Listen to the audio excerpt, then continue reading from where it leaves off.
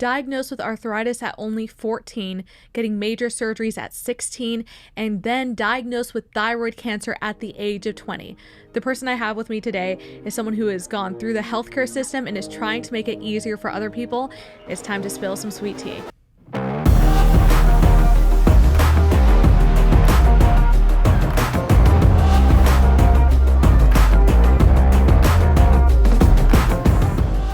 Hello everyone and welcome back to the Sweet Tea series. Today I am joined by someone who's from the Healthy Texas Initiative, Brooke Garner. Welcome to the show. Thank you for having me. So the Healthy Texas Initiative, am I saying that correctly? Yes. That's one of the newer campaigns at the Texas Public Policy Foundation. We've done healthcare for years now, but now it's one of the ones kind of sitting on its own now. Yes. And as I started out in the intro, you've been through this system and have seen a lot more of it than most people have. Today, we're going to be going through your story as well as some of the other changes that we've seen in Texas healthcare and what we're looking forward to. But to start off with, I hear that you and some of the others in the team don't even like the term healthcare. Will you explain what you prefer, why that is? Yes, that's something that we are constantly debating about because there's a difference between healthcare and health coverage. So when we use healthcare, we're talking about the treatment from doctors and physicians, and health coverage is insurance coverage or whatever route that might take, whether through Medicaid, Medicare, private insurance. So one is the type of care that you're able to receive, and then the other is how you're able to pay for it. Is that correct? Correct. Okay. So I guess today we're talking about both health care and health coverage. Yes. Is that correct? Okay. Yes. Nice. And why do you think that people conflate those two? It's been like that since health maintenance organizations, HMOs, that's your insurance companies, they've expanded into the market and made it to where really the only way to get health care is through health coverage. And that is a big system to unpack that is very complicated. Yeah. And one of the things that I think is interesting about the way we address things and how we frame stuff. So to start off with, is the American healthcare system perfect? No. So starting off with, we're on the same basis of there's some work that needs to be done. But then the follow-up to that, and I feel like from a lot of people our age, if they're critiquing our healthcare system, the proposals that they have are usually socialist healthcare models. So second question is, are socialist systems the way to go to fix that? No, that's just going to raise taxes and ration care. So not going to fix it at all. So in that case, I guess actually this is where I guess it becomes important to have a distinction between health care and health coverage. I guess in socialism, they'd be having a lot of health coverage, but then not a lot of health care. Is that correct? Exactly. That's why health coverage does not equal health care, and it shouldn't. Well, you are fresh out of college and jumping into this really niche area of policy. And again, because we've been able to have so many interns and policy scholars that we've had over the years come work for the Texas Public Policy Foundation, it is so difficult to find someone who's passionate about working in the health policy space. But I'd love for you to share a little bit about your story and how you got to where you are now. Yeah, so when I was 14, like you said, I was diagnosed with rheumatoid arthritis. At that point, I was extremely confused, didn't know where to go. Me and my family, we were just trying to figure out how to get me treatment and what kind of treatment I needed. How did you figure out that you have arthritis? What did that look like for you? Well, actually, the first few physicians I went to told me that I was looking for attention and that there was actually nothing wrong with me. And so my mom, she actually fought for me and got me admitted into a hospital and said that we weren't leaving until they did an exploratory surgery on my jaw because I was having awful migraines. I couldn't eat. I couldn't really smile. I couldn't talk. So we waited there. I got the surgery and they came out and they said, oh, yeah, she's got damage in her jaw. She has rheumatoid arthritis and it's active. So that's how I got diagnosed, was actually through a surgery. Wow. And was it just your jaw that was having issues? At that point in time, the jaw was the worst, but it spread to over 20 joints. Wow. Is that how that usually works? I guess, again, you hear about that, but in a lot of older people. Yeah. So it's not really common for our age group. So it's in my joints. It's also in my eyes. So I'll get uveitis. That's where it kind of looks like I have little black spots in my eyes and they're inflamed. I also have skin rashes. So autoimmune, it can attack just your joints or your organs or really anywhere in your body. So it's very similar to lupus or Crohn's disease, anything like that. So very similar. And was it weird trying to get, again, both coverage and care whenever you're someone who's not the usual suspect for something like that? It was extremely difficult. And because I was not the usual suspect, I had to go through many different rounds of treatment. My doctor knew wouldn't be successful. And during that, I got more damage from it because of it. Wait, you're saying you had to do stuff that wouldn't be successful. Why was that? That's because of the insurance coverage rule, step therapy. So you have to fail a medication first before you can move on to the next one, and you have to fail it for around 6 to 9 months before you can move on to the next one. So, and you were saying these were medications and treatments that were harmful to you? They were not necessarily harmful, but they wouldn't work. They wouldn't do anything for me. Oh, so it's like it's just progressing and getting worse because you're not getting real coverage. But the only way to get it paid for by insurance would be if you had gone through all the steps? Exactly. So how do those get determined? Like the insurance companies determine that you have to take all these steps before you get treatment that your doctor wants to recommend? That's determined by their formularies and their rebate mechanism, which is not necessarily disclosed, so we can't really tell you how or why there are certain steps we have to take. So when we talk about transparency, seems like there's a little bit of a cover here and a curtain that needs to be pulled back. Yes, definitely. There really is. So what was that like trying to work with your doctor while they're trying to work against insurance, and you're just like a regular family trying to, I guess, find access to that? Yeah, that was it was very difficult. I remember my mom having to remember certain insurance codes because we would constantly have to be appealing and applying for different medications. I had multiple cases where my medications throughout halfway through the year, they would stop covering it and make me go through the entire process of filing for a new prior authorization again. So I would go without medication for a certain amount of time, and you can't do that. It doesn't work for my disease. So we would constantly be fighting it, and I was lucky enough to have a doctor who has a team for only filling out prior authorizations and step therapy requirements because that's how many he has to fill out a day. So I was lucky enough to have his knowledge, but not a lot of people are. So yeah, again, I'm glad we defined at the beginning the care versus coverage because it seems like those two are sometimes, or they're currently in tension in our healthcare system. Exactly. So step therapy, is that, did you eventually get the surgery later on, or was that at the beginning? Because I know you have a new jaw now, right? Yes, I do. So I had quite a few surgeries before I got my jaw joint replacement at 16. But those were mostly to try to prevent the jaw joint replacement. And my surgeon was just trying to hold off as long as I could so that my jaw could fully form and all the bones could settle in before we did it. So I got it at 16, and I've been with a new jaw for, gosh, I don't even know how many years now, 5, 6, 7, something like that. So it seems like you're finally, like, had moved on from that. You have your brand new jaw. And then at the age of 20, thyroid cancer. Yes. What happened? I was having a bunch of weird symptoms like night sweats and things I was not used to, even though I have a lot of weird symptoms every day because of the RA, but these were new symptoms. So I went and I got my blood drawn. It came back. It showed a little bit of my TSH, your thyroid hormone. It showed it was elevated a little bit, and I went to the doctors and they told me it was nothing. But I knew my mom, she had a history of also thyroid nodules. So I said, I really want to get this scanned and checked out. They refused to. So I actually had to fly back here because I went to school in Arkansas. I had to fly back here and see my mom's doctor. And there they did a biopsy and it came back as positive. So I had my first surgery. Did you call the other doctor to let him know? Oh, yes. Yes. Yeah, I did. Oh, my goodness. Because that's not hard. Okay. Yeah. If a patient wants to get something scanned and there's reasonable concern, they should get it done, because especially in a case like mine where it's abnormal. So after you got your diagnosis, what happened? I had my first surgery a month later to get half my thyroid out, and then this past January found out that it had also spread to some of my lymph nodes. So I had what's called a lateral dissection. So they went from the top of my neck down to the middle, and they removed 32 lymph nodes, and the rest of my thyroid came back with 8 positive lymph nodes.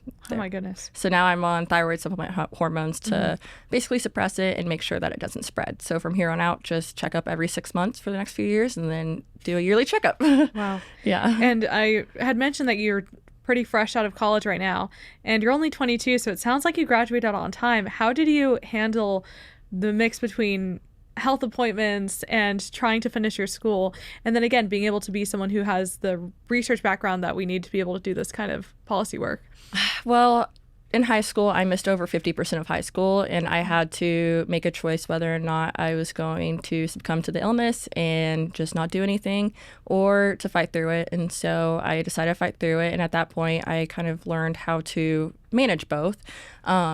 the good news was that I took a lot of summer classes because I was scared that I was going to fall behind due to the appointments and due to the surgeries. So I was actually ahead. Did you ever have to go to court to just like to talk about the amount of school you were missing?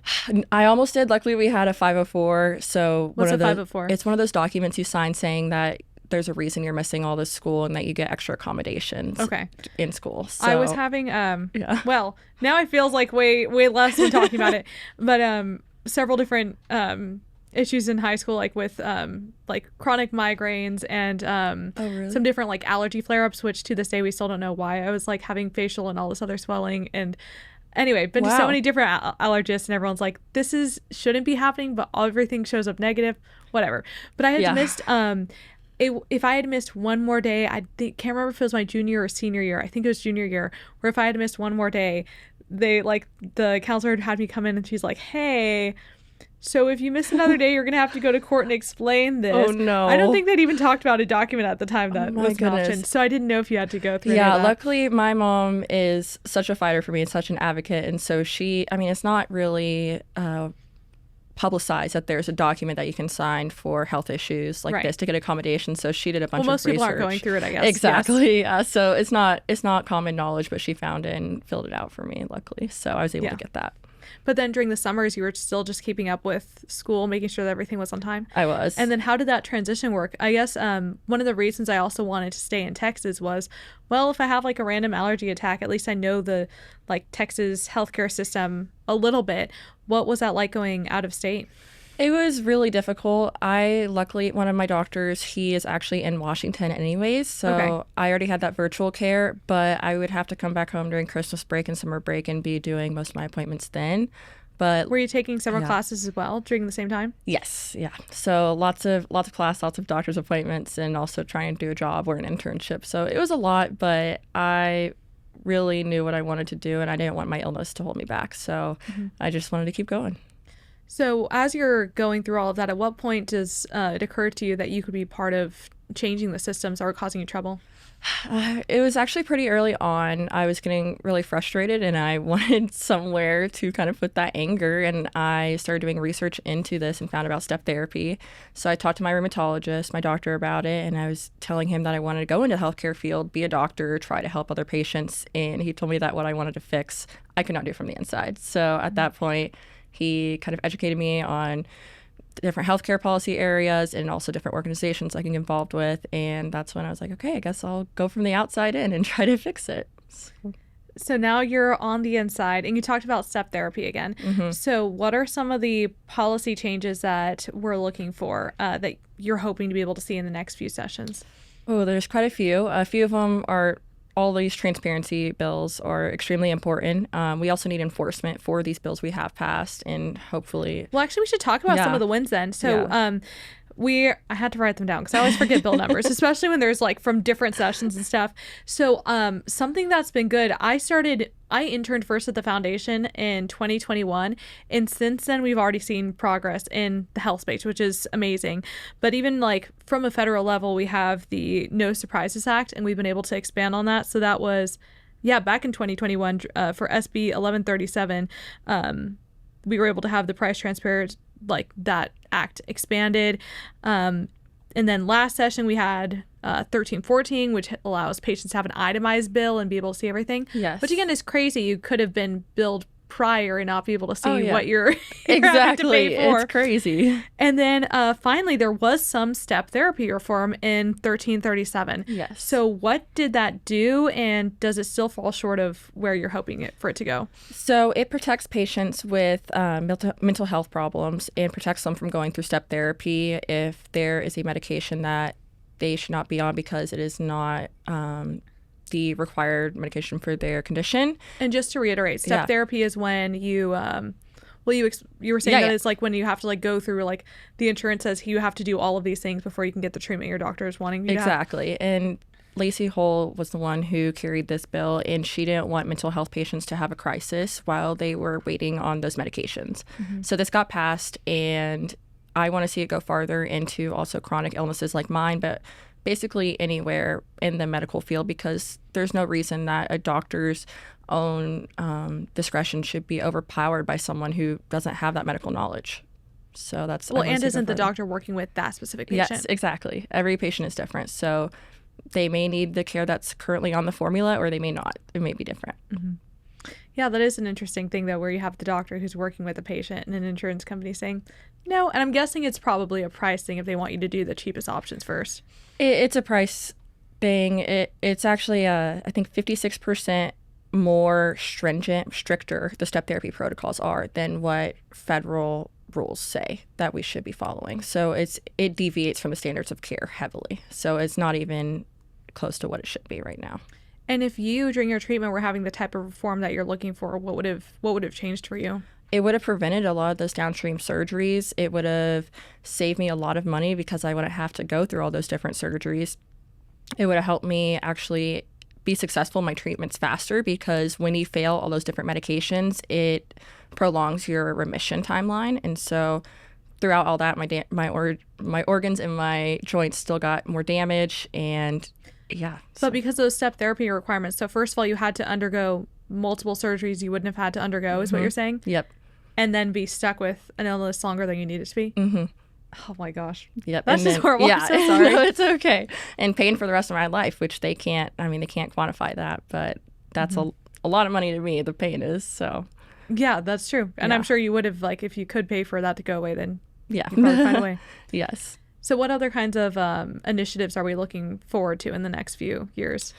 We're really looking at, like I said, a lot of transparency, because that is still something that is struggling to be enforced, I would say. We still need to be able to understand exactly how this market functions, and patients can't see what they're paying or why they're paying for it. And that's just a curtain that needs to be removed right now.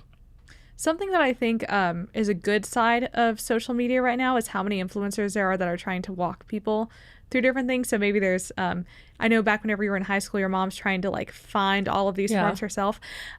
This is just because this has been everything on my mind now since I've found out that I was expecting.